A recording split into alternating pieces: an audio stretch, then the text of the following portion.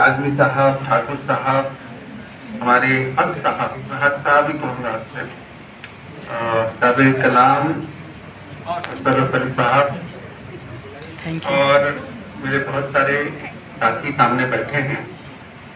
सबसे पहले मैं इस बात का इजहार करना चाहता हूँ कि जिसको प्लीजेंट सरप्राइज कहते हैं, सुखद आश्चर्य। मैं यहाँ खुदाबख्श लाइब्रेरी के बारे में प्रायः लोगों से पूछा करता था कि उस लाइब्रेरी का हाल क्या है। मेरा इस लाइब्रेरी से एक दिन का वास्ता रहा था, वो भी 1992-94 के आसपास का मामला है। मुझे किसी ने कहा कि एक किताब है, मैं कम्युनलिज्म पे काम करता था बिहार में, और उस समय बिहार पर कोई हिस्ट्री डिपार्टमेंट में काम करने को तैयार नहीं होता था। मॉडर्न हिस्ट्री पे ज़्यादा अधिकतर लोग वो किसान सभावादी करते थे, लेकिन यहाँ पर भी कम्युनलिज्म पे कुछ काम हो सकता था, ये नहीं लोगों को ध्यान रहता था। तो मेरे सुपरवाइजर थे प्रोफेसर माजिद सिद्दीकी। मैंने कोशिश की, हमारे JNU में सुपरवाइजर थे माजिद सिद्दीकी साहब, बड़े बहुत बड़े आदमी थे। नाम उनका उतना नहीं हुआ क्योंकि उन्होंने अपना नाम नहीं चाहा। तो मैंने उनसे कहा कि सर मुझे एक किताब के बारे में जानकारी मिली, उसकी एक कॉपी खुदाबख्श लाइब्रेरी में है। उस वक्त बेदार वक्त यहाँ हुआ करते थे, बेदार साहब।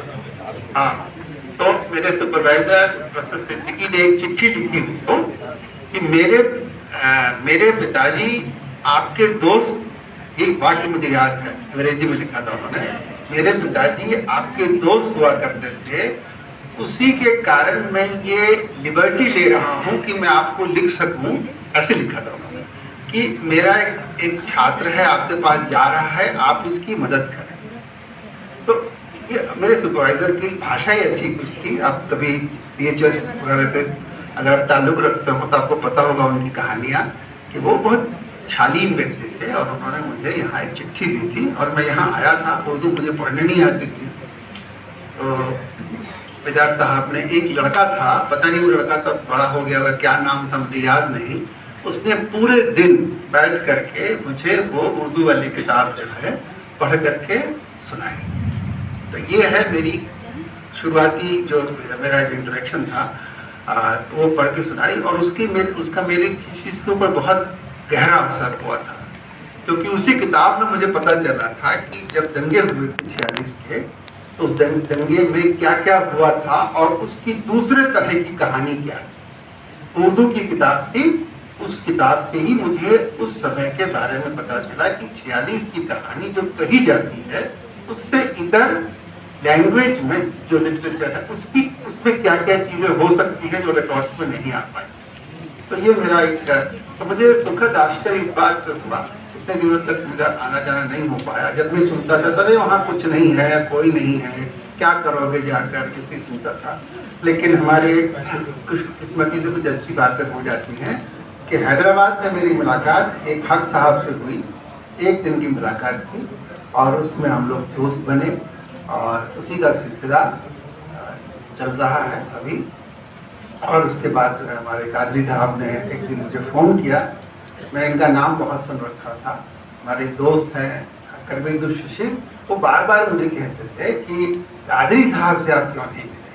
वो हिंदुस्तान के सबसे महत्वपूर्ण व्यक्तियों में से एक विद्वान व्यक्ति हैं, आपको उनसे जरूर मिलना चाहिए। जब उनका फ़ोन मेरे पास गया तो मैं बहुत कहता हूँ कि ओवरवेल्ड हो गया कि उन्होंने मुझे फ़ोन किया और मुझे बुलाया। तो मैंने, हमारे दोस्त हैं गिरीश पांडे जी, उनसे कहा कि महाराज आप चलिए, क्योंकि वहाँ जाऊँगा, वो एक पवित्र जगह है मेरे लिए। आप लोग नहीं अंदाजा लगा सकते कि मेरे लिए इस जगह की क्या अहमियत है। सिर्फ इसलिए नहीं कि मुझे एक मौका मिला था, बल्कि इसलिए कि इस तरह के इंस्टीट्यूशन खत्म हुए जा रहे हैं पूरे देश और तमाम कारणों से खत्म हो रहे हैं। मैं किसी को दोष नहीं दे रहा हूँ, लेकिन इस तरह के इंस्टीट्यूशन अब खत्म होते जा रहे हैं और ये हमारी कलेक्टिव रिस्पॉन्सिबिलिटी है कि हम ऐसे इंस्टीट्यूशन को बनाए रखें, मजबूत बनाए रखें, सरकार के बिना पे नहीं, सरकार के सहयोग पर ही आश्रित होकर के नहीं। ये हमारी अपनी जिम्मेदारी है। और मुझे बहुत खुशी है कि इसकी जिम्मेवारी एक ऐसे नौजवान के पास है जो निश्चित रूप से अपने तई जो भी कर सकेगा वो जरूर करेगा इसको बचाने और बढ़ाने के लिए। तो मुझे सुखद आश्चर्य इस बात को लेकर के हुआ कि सचमुच जो मेरी उम्मीद थी उस पर ये पूरा प्रोग्राम खरा होगा। तो एक तो बात मैं अपनी खुशी जाहिर कर रहा हूँ आपके सामने। इसके अलावा एक और बात है जो मैं आपसे कहना चाहता हूँ। हमारे एक टीचर हुआ करते थे, अभी नहीं रहे, हिंदी डिपार्टमेंट के थे, लेकिन जेएनयू की खासियत है कि वहाँ आप किसी डिपार्टमेंट के छात्र नहीं होते हैं, सही टीचर्स जो होते हैं वो आपके शिक्षक होते हैं। ऐसे ही एक आला शिक्षक थे जिनका नाम था नामवर सिंह। नामवर सिंह हिंदी के प्रोफेसर थे, लेकिन मोनेजर पांडे, नामवर सिंह, ये लोग सिर्फ हिंदी के प्रोफेसर नहीं थे, हम लोग हिस्ट्री के लोग थे, उनसे सीखते थे जा करके कि क्या कैसे देखा जाए सोसाइटी को। तो मुझे एक बात नामवर सिंह की याद आती रही आज 2 दिन के दरमियान कि हम अपने ब्रदर से दूर हो गए और 19th सेंचुरी में जितनी दूर था आज उससे बहुत ज़्यादा दूर हो चुका है। तो हम लोगों को वो पुरानी चीज़ को वापस लाना है ताकि हम उसकी भाषा को समझ सकें, समाज कैसे सोचता है इस पर बात कर सकें। ये उन्होंने एक बहुत महत्वपूर्ण सेमिनार में कहा था, जिसको मैं आज याद करना चाहूँगा। और मुझे सचमुच ये लगने लगा है अब कि अगर कहीं से कोई उम्मीद बचेगी तो वो बचेगी आम लोगों की भागीदारी से। इंटेलेक्चुअल क्लास इस सोसाइटी को लीड करने की स्थिति में अब नहीं है, कोशिश करता रहेगा वो, लेकिन जब तक उसको आम लोगों की तरफ से मदद का हाथ नहीं मिलेगा वो कुछ नहीं कर पाएगा। ये मेरी अपनी धारणा बनी है कि हमको किसी न किसी तरीके से अपने समाज के लोगों को बौद्धिक वर्ग के साथ, इंटेलेक्चुअल क्लास के संग एक किस्म के एसोसिएशन में लाना पड़ेगा, एक डायलॉग की शुरुआत करनी पड़ेगी। और इस काम में एक जज्बा होता है, एक हिम्मत होती है, जिसके बारे में कल इन्होंने काजी साहब ने कहा था कि आदमी हारता नहीं है। ये मेरे लिए एक वाक्य बन गया है जिसको मैं अपने साथ लिए जा रहा हूँ कि परिस्थितियाँ कितनी ही दुरूह क्यों ना हो, कितनी भी मुश्किलात क्यों ना हो आपके जीवन में, आदमी हारता नहीं है। और ये आदमी की हार का न होना, ये हिम्मत हमारे भीतर जो आएगी, ये सिर्फ और सिर्फ हिस्ट्री से नहीं आएगी। और ये बात मेरी मूल बात है जिसको मैंने कहने की कोशिश भी की थी कि हमको अपने सारे डिसिप्लिन्स में जाना पड़ेगा। और ये हमारी हिंदुस्तान में, हमारे देश की रवायत में है कि कोई एक्सक्लूसिव एक सब्जेक्ट का आदमी नहीं होता था। हमारे जो वाइज लोग होते थे, जो समझदार लोग होते थे, वो तमाम विषयों के एक्सपर्ट होते थे, है ना। तो ये बात मुझे लगता है कि हम लोगों को जाना चाहिए दूसरे डिसिप्लिन्स में, उनसे सीखना चाहिए और उसके बाद उस हिम्मत को जिंदा रखने की कोशिश करना चाहिए, जिस हिम्मत के तई हम लोग एक नई बुनियाद रख सकते हैं। क्योंकि मेरे हिसाब से भारत एक बहुत ही क्रिटिकल फेज से गुजर रहा है और इस क्रिटिकल फेज में नई तालीम, नई दुनिया की बुनियाद रखी जानी है, जिसमें टेक्नोलॉजी का बहुत बड़ा हिस्सा शामिल है। और टेक्नोलॉजी नई बनेगी, नई आएगी और हम उससे क्रिएटिवली जुड़ेंगे। ये सारे शब्द लोडेड वर्ड हैं, मैं उसकी तफसील में नहीं जा रहा हूँ। एक और बात हल्के से मैं कहता चलूँ कि आरिफ साहब ने मुझे रिमाइंड किया और बाद में इसको बहुत इलेबोरेट किया सजाद भाई ने, जो मेरे दोस्त हैं, कि मानने के पहले जांचेंगे। और ये हिस्ट्री के स्टूडेंट के लिए ज़रूरी है कि हमने अपने तई हर चीज़ को पहले सोचा है कि हम लोग अपनी लेबोरेटरी में अपने डिसिप्लिनरी पैरामीटर्स के साथ उसको जांचेंगे, फिर उसको मानेंगे। और ये बात बार बार आ रही है कि हम लोग हिस्ट्री के स्टूडेंट के रूप में जो चीज़ें फैली रही हैं, मैं कह रहा हूँ ना कि पॉपुलर कॉमन सेंस में जो प्रिवेल कर रहा है, जो आ रहा है, उसके साथ इंगेज कर, लेकिन चीज़ हमारे साथ ना आ जाए जिसको हम हैंडल ना कर सकें। इसको सबसे ज़्यादा समझते थे महात्मा गांधी। वो कभी भी जो सबकी भागीदारी चाहते थे, लेकिन नेतृत्व जो है वो रिस्पॉन्सिबल लोगों के हाथ में ही देना चाहते थे, क्योंकि वो जानते थे कि अगर हम नेतृत्व ऐसे लोगों को दे देंगे जो कल को कैरिड अवे हो जाएंगे तो हमारा सारा मूवमेंट बिखर जाएगा। इसीलिए इसके कारण लेफ्ट की तरफ से उनको बहुत सारी आलोचना का सामना करना पड़ा है कि रिस्पॉन्सिबल, कॉशियस और बहुत ज़्यादा समझदार लोग ही नेतृत्व कर सकते हैं, उसके लिए एक समझदारी की ज़रूरत है और बहुत सोच समझ करके। कभी कभी एक समय हम लोग सोचते थे कि नेहरू को क्यों उन्होंने चुना, जबकि गुजराती थे हमारे सरदार पटेल, लेकिन गुजराती को न चुना, संगठन के व्यक्ति को न चुना, नेहरू को चुना। तो उनका जो विजडम है वो कहाँ है, कैसे है, ये सब बातें मेरे दिमाग में आती रही जब ये सिलसिला मैं देखता हूँ कि तमाम तरह के लोग आते हैं, कई जगह से शुरुआत करते हैं, लेकिन एक जगह आकर के हमारे कंसर्न्स एक साथ हो जाते हैं। मैं उर्दू बहुत बढ़िया नहीं जानता, काश कि मैं जान पाता और काश कि मैं उस खजाने में से कुछ चुरा करके ले आ करके अपनी हिस्ट्री राइटिंग में रख पाता, लेकिन मैं समझता हूँ कि बहुत बड़ा खजाना हमारे पास है उर्दू में और उसको उसमें जाने की ज़रूरत है। दो बातें और कहूँगा।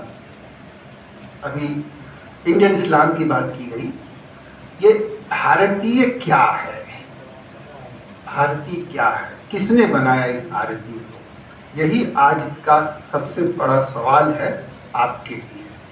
Who is an Indian and किसने बनाया है इस भारतीयता को?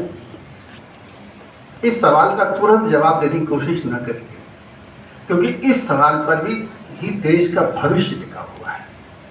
Let us go to different directions to find out the ways in which India can be conceived. Bharat को मार्जिन से देखिए, सेंटर से देखिए, सब जगह से देखिए, डिफरेंट एंगल से देखिए, और जो हमारे जो रीजियंस हैं, विभिन्न इलाके हैं, दक्षिण से देखिए, नॉर्थ ईस्ट से देखिए, भाषाई जो इलाके हैं उनसे देखिए कि भारतीयता का क्या मतलब होता है। कल बहुत अच्छी बातचीत हुई भारतीयता के संदर्भ में, हमारे रत्नेश्वर जी ने कुछ बातें बुनियादी तौर पर रखी, बहुत अच्छी बातें थी, उस पर मनन कीजिए। Contemplation is required. भारतीय होना क्या है, और इस भारतीय होने का मतलब ये है कि हम लोग एक कांस्टेंट एसिमिलेशन की प्रक्रिया में रहते हैं, और उस प्रक्रिया में भारतीयता एक प्रोसेस है। भारतीयता कोई ऐसी चीज नहीं थी जो प्राचीन काल में थी जिसको हमको फिर से ले आना है। भारतीयता हमको पानी है एक प्रोसेस में। It is a continuous historical process. भारतीय होने का मतलब 18th सेंचुरी में कुछ और था, 19th सेंचुरी में कुछ और था, आज कुछ और है। तो ये जो कंटिन्यूअस प्रोसेस है इंडियन होते रहने का, बने रहने का, इस प्रोसेस को हमारे हिस्टोरियन हैं रमिला थापर, उन्होंने अपना एक अध्याय लिखा है अपनी किताब में, एसिमिलेशन ऑन ट्रायल। मैं कहता हूं कि एसिमिलेशन ऑन ट्रायल नहीं, assimilation is a continuous process, and this continuum के भीतर ही हमको अपने देश का चेहरा देखना है। और इसी कारण से भारतीयता कोई हासिल करने की चीज नहीं है, कंटिन्यूअसली कंटेम्पलेट करने की चीज है। हमारी भारतीयता मुकम्मल तौर पर हमारे पास ना पास्ट में थी, ना आज है, ना भविष्य में होगी, लेकिन इस भारतीयता को हमको हासिल करने की प्रक्रिया में और अधिक कॉम्प्रिहेंसिवली सोचने की जरूरत है। और इस क्रम में मुझे लगता है कि अगर कोई बात निकल के आएगी तो वो ये होगी कि हमको ज़माने के साथ चलना जरूर है, लेकिन नेशनल स्पेस को पकड़ के रखना, ये मेरी अंतिम बात है। और मैं आपके सामने यही कहना चाहता हूँ और यही मैं अपने साथ ले जा रहा हूँ कि भारतीय बने बिना ना हिंदू का कोई भविष्य है, ना मुसलमान का कोई भविष्य है, ना किसी भी व्यक्ति का कोई भविष्य है, किसी भी समाज। भारतीय बनना सबकी मजबूरी भी है और सबके लिए जरूरी भी है।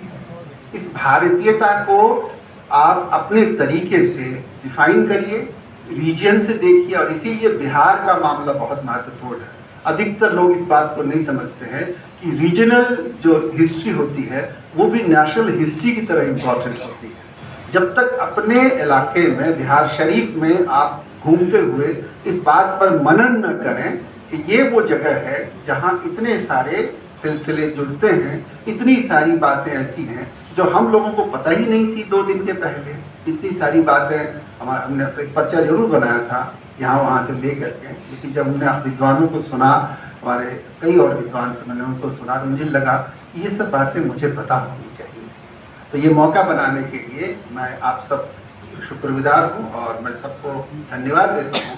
मैं चाहता हूँ कि हम सभी यहाँ से इस इरादे के साथ अपनी जगह पे जाएं कि जो काम कर रहे हैं उस काम को और अधिक उदारता के साथ करें और अधिक ओपननेस के साथ करें, ताकि हमारा देश और हमारा जो रीजन है दोनों समृद्ध हो।